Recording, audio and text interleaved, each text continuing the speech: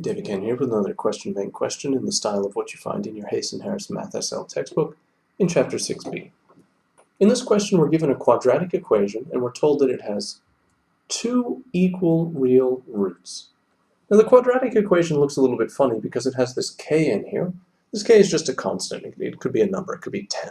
So it'll be 10x squared plus 7x plus 1. We don't know what it is yet. Our job is to find out what k should be.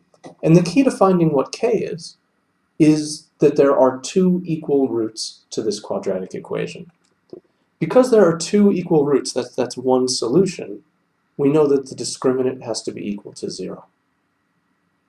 The discriminant is 0, and we also know that the discriminant is, in general, b squared take 4ac, where a is, in this case, k, b is k take 3, and c is 1.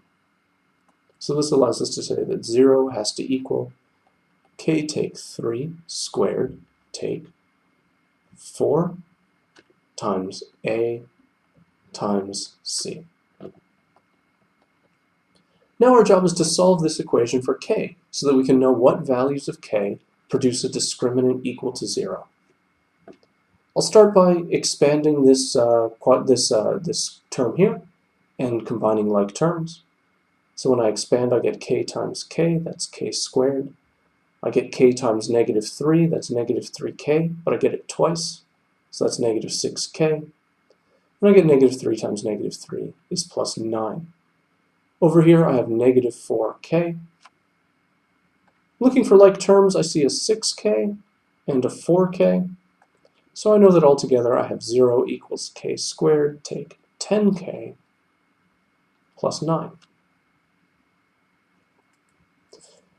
Now what I have is another quadratic, this one in terms of k.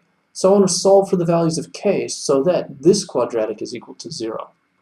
And I can do this using normal quadratic tools such as factorization. I could also use quadratic formula, I could use completing the square, I could use polyroots on my calculator, but I'm going to factorize. To get k squared, that's going to be k times k. And 9 could be a number of things. It could be 3 times 3. But I want 10. So if I put 3 and 3 here, that's going to give me 1 times 3 and 1 times 3. That's going to give me 6. That's not going to work. Instead, I'm going to try negative 1 times negative 9. This gives me negative 9 plus negative 1 for a total of negative 10.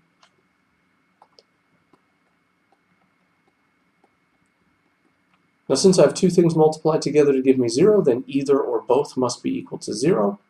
K take 1 needs to equal 0, and or k take 9 has to equal 0.